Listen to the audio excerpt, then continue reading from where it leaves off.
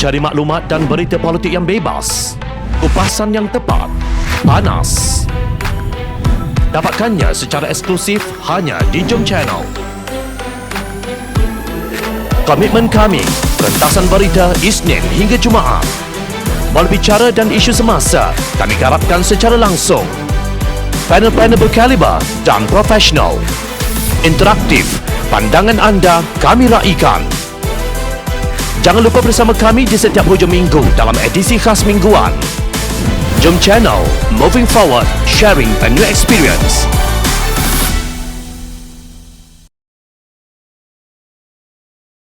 Bersama saya Azlin Arif dalam rentasan berita edisi 903. Antara paparan utama. Tolonglah jujur kepada rakyat.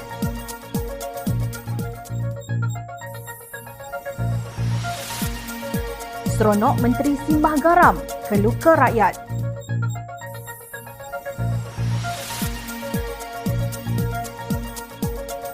Rancangan hiburan lebih penting daripada sidang parlimen.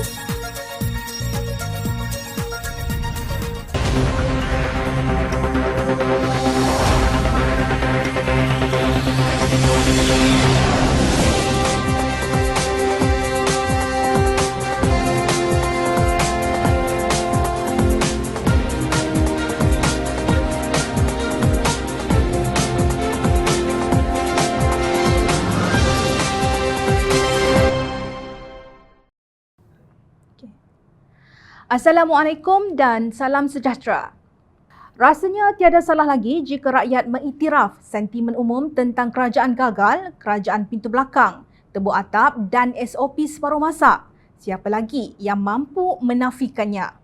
Sejak 7 hari lalu atau lebih mudah disebut sebagai sejak Perintah Kawalan Pergerakan PKP 3.0 diumumkan, Kementerian Kesihatan telah melaporkan purata kes jangkitan COVID-19 sebanyak 99,094 kes. Kadar pengujian semakin menurun meski kadar jangkitan positif yang tinggi. Kadar pengujian yang paling tinggi dilakukan satu hari adalah pada 4 Jun di mana 105,293 kes dilaporkan. Ketua Pembangkang Datuk Seri Anwar Ibrahim telah mengajukan persoalan tentang rasional menurunkan kadar pengujian semasa PKP di mana kita tahu kes-kes sporadik sedang meningkat, kematian meningkat dan variasi terus merebak.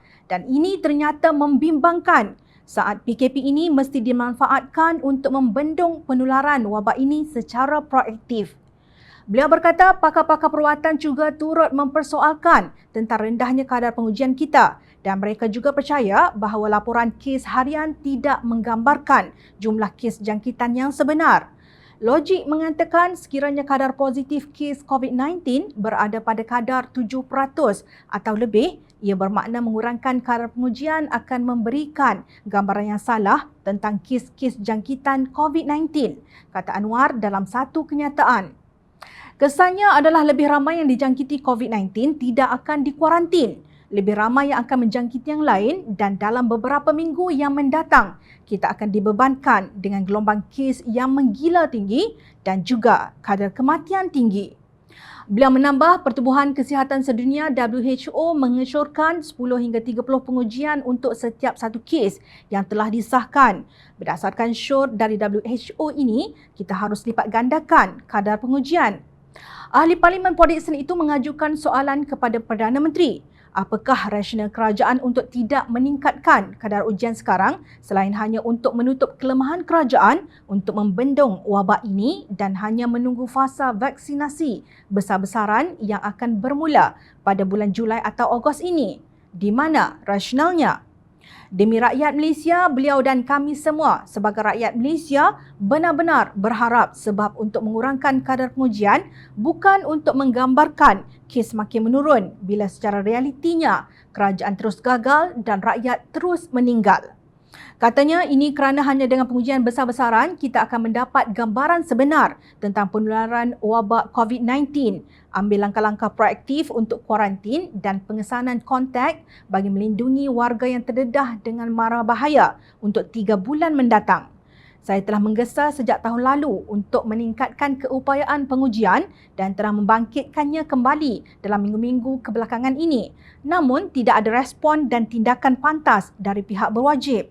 Ini secara tidak langsung menggambarkan langkah darurat hanya untuk menutup kelemahan kerajaan serta untuk mereka mengelak dari kebertanggungjawaban, tegas Presiden PKR itu. Sebaliknya, kerajaan ini terus berselirat dengan masalah untuk melaksanakan SOP yang mengelirukan dan menyusahkan orang ramai. Sudah 15 bulan kita berdepan dengan ancaman wabak, tapi kerajaan masih menggunakan taktik dan strategi lapuk yang ternyata telah gagal. Sedarkah Kerajaan Perikatan Nasional bahawa sentimen umum tentang kerajaan gagal adalah kesan langsung dari perencanaan yang tidak bijak dan mengelirukan? Usahlah ditegakkan benang yang basah, usah cuba menarik rambut di dalam tepung. Risau nanti rambutnya putus, tepungnya pula berselerak. Tiada salahnya berlaku jujur kepada rakyat demi satu kebenaran. Pahit untuk ditelan, namun rakyat sangat rasional dalam menerima setiap fakta asalkan ianya benar tanpa melindungi atau mengampu mana-mana pihak. Banggakah anda sebagai kerajaan dengan mengatakan bahawa kes COVID-19 di negara ini semakin menurun, sedangkan hakikatnya dengan mengurangkan kadar pengujian? Nun di luar sana, berlambat lagi rakyat kita yang tidak diuji dan terdedah kepada kes kritikal serta kematian. Sekali-sekala, belajarlah untuk membuka pekung sendiri agar mudah dirawat tanpa kesombongan dan keujuban. Tolonglah berlaku jujur kepada rakyat. Dalam keadaan tekanan hidup maha hebat di saat negara dilanda wabak COVID-19, nampaknya Kerajaan Perikatan Nasional cuba mencurah garam pada luka rakyat. Maka menjeritlah rakyat menahan kesakitan, tetap jua digagahi demi meneruskan kehidupan. Isu kenaikan harga minyak masak, barang asas harian yang digunakan oleh seluruh rakyat Malaysia kini melambung berkali ganda, menambahkan lagi bebanan yang dipikul rakyat jelata. Menurut Ahli Dewan Undangan Negeri Ketari, Yung Shafura Osman, kenaikan ini adalah tidak munasabah memandangkan Malaysia adalah pengeluar minyak masak.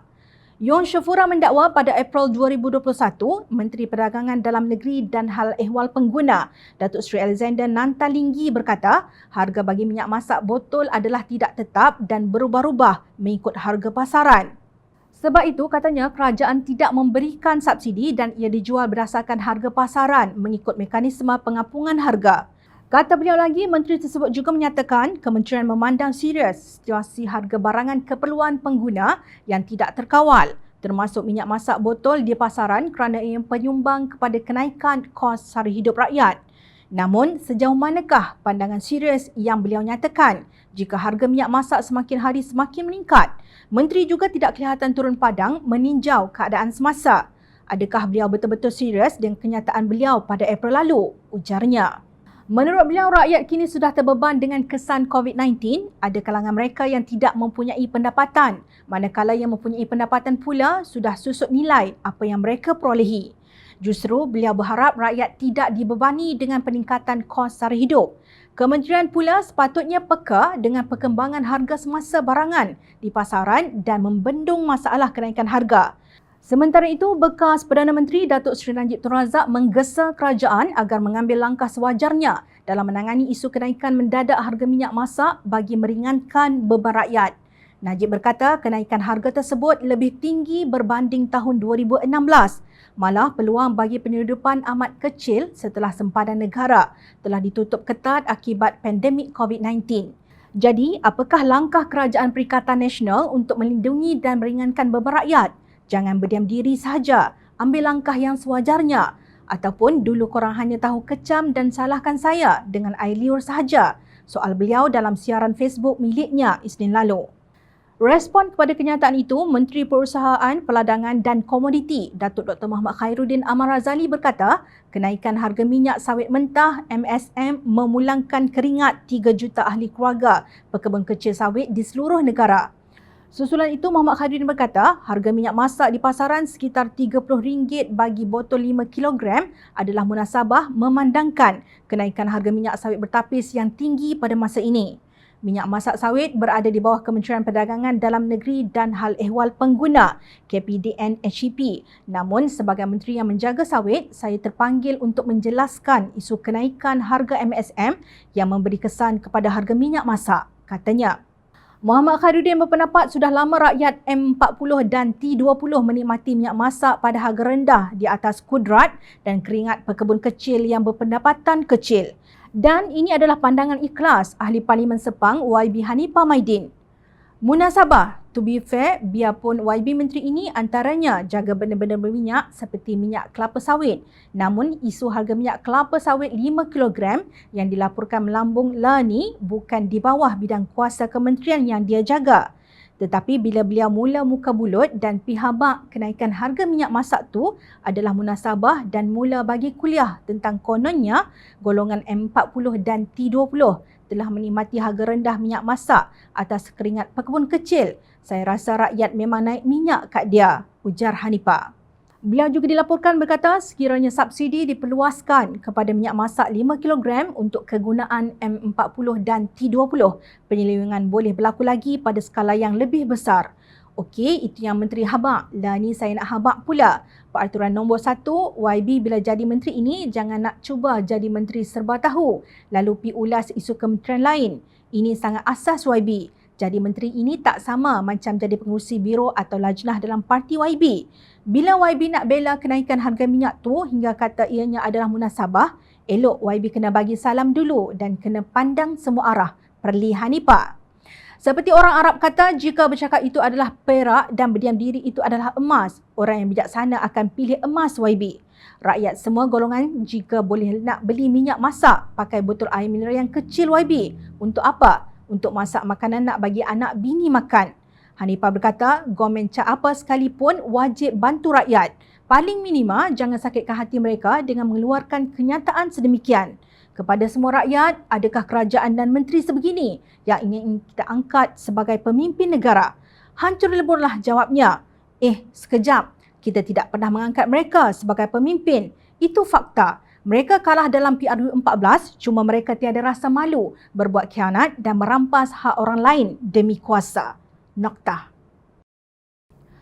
Baru-baru ini, program hiburan All Together Now Malaysia, ATNM, yang bersiaran di saluran Astro Ria pada Ahad lalu telah menjadi perbualan hangat netizen.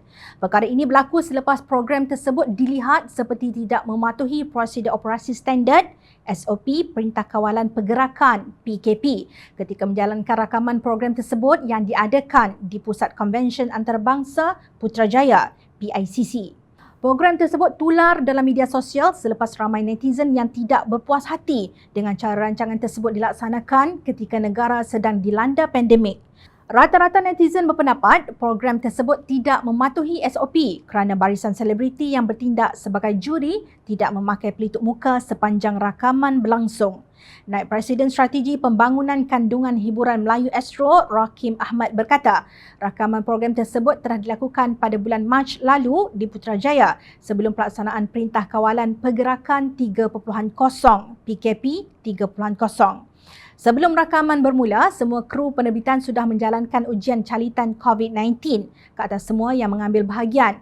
Hanya mereka yang berstatus negatif sahaja dibenarkan meneruskan rakaman. Stat yang dibina juga mengambil kira penjarakan fizikal dan berjarak 1.5 meter antara setiap juri serta penghadang lut sinar turut diletakkan bagi memisahkan kedudukan mereka, katanya. Difahamkan rakaman program terbabit juga turut dihadiri wakil agensi-agensi keselamatan. Terdahulu, sebuah laporan berita tempatan memaklumkan Majlis Keselamatan Negara MKN mengarahkan agar siasatan dilakukan ke atas penerbitan rancangan tersebut selepas dakwaan pelanggaran SOP tular dalam media sosial. Dalam laporan sama, Ketua Pengarahnya Datuk Muhammad Rabin Basir berkata, siasatan terhadap rancangan tersebut akan dikendalikan Kementerian Komunikasi dan Multimedia KKMM. Selain itu, KKMM juga akan mengambil tindakan sewajarnya sekiranya mereka mengenal pasti wujud berlakunya pelanggaran SOP sepanjang rakaman program berkenaan. Sebagai respon, Ahli Parlimen Muar, Syed Saddiq Syed Abdul Rahman meminta Menteri Kanan Keselamatan, Datuk Seri Ismail Sabri Yaakob memberi penjelasan mengenai kebenaran operasi program hiburan yang mengumpulkan lebih 50 individu pada satu masa ketika tempoh Perintah Kawalan Pergerakan 3.0. Kebenaran program hiburan itu katanya menimbulkan persoalan kerana Dewan Rakyat ketika ini masih tidak dibenarkan untuk dibuka meskipun kesemua ahli parlimen telah divaksin. Salam Menteri Ismail Sabri, kenapa Parlimen di mana semua wakil rakyat dah divaksin dan wajib pakai pelitup muka serta ada cermin pemisah di setiap meja dipaksa tutup. Tapi hiburan yang menghimpunkan 50 orang tanpa pelitup muka dan ada yang belum divaksin boleh dijalankan. Saya dibayar duit rakyat, jawab pertanyaan saya. Soalnya menerusi hantaran di Facebooknya pada Selasa. Beliau turut berkongsi video program hiburan oleh sebuah stesen televisyen swasta yang melibatkan ramai selebriti tempatan tanpa memakai pelitup muka. Mengulas lanjut menerusi komen, Syed Saddiq berkata pelaksanaan aktiviti hiburan sedemikian membuktikan bahawa Parlimen boleh diadakan dan dibuka pada bila-bila masa sahaja. Namun keputusan itu terletak di tangan kerajaan. Macam-macam prosedur operasi standard, SOP kesihatan dan keselamatan boleh buat. Nak ujian calitan seminggu sekali dekat semua ahli Parlimen pun boleh. Tinggal nak Kerajaan Perikatan Nasional sedar sahaja bahawa negara ini ada Parlimen dan ada demokrasi, katanya. Sementara itu, seorang pengguna Facebook, Speedy Gonzales, turut mempersoalkan perbezaan antara SOP aktiviti hiburan dan keagamaan. Dah kalau hiburan boleh 50 orang, kenapa masjid kena 12 orang sahaja? Walhal solat tiang agama, ujarnya. Ternyata apa yang berlaku ini memperlihatkan kelemahan SOP dan amalan 2 darjat dalam penguatkuasaannya. Bagaimana mungkin rancangan ATNM itu dibenarkan, dirakam dan bersiaran dalam keadaan 50 orang juri tidak memakai pelitup muka? Persoalannya, apa kepentingan rancangan sedemikian untuk dihidangkan kepada rakyat di saat Malaysia sedang menangis ketakutan dengan serangan virus pembunuh COVID-19? Wajar rakyat bersuara tentang isu ini. Petugas Barisan Hadapan Separuh Mati bertungkus lumus memastikan keadaan terkawal agar Kementerian Kesihatan dan hospital di Malaysia tidak lumpuh, tetapi selebriti tergedik-gedik tanpa rasa sensitif terhadap keadaan semasa. Kalau benarlah 50 orang selebriti yang mana ada antara mereka yang belum divaksin dibenarkan berkumpul seperti yang disiarkan di kaca TV tanpa pelitup muka, maka benarlah juga, kata Syed Saddiq, bahawa itu adalah petanda Parlimen selamat untuk bersidang. Cuma 1001 alasan terus dicipta kerana bacol. Bagaimana pula dengan kru penerbitan, juru makeup dan kaki tangan lain di belakang tabir yang tidak kelihatan di kaca TV? Adakah Menteri atau MKN boleh memberi jaminan bahawa mereka mematuhi SOP? Kalau sekiranya MKN boleh memberi jaminan, kami sebagai rakyat juga ingin melihat jaminan yang serupa diberikan kepada ahli Parlimen yang mewakili rakyat berhujah dan berdiskusi di Dewan Penuh Mulia demi rakyat. Usah dikasih dan usah dikembiri. Ingat, rakyat sentiasa memerhati. Teruskan bersama kami di Jom Channel dan layari portal jomchannel.net untuk mendapatkan berita politik tanah air. Saya Azlin Arif, terima kasih. Assalamualaikum dan salam sejahtera.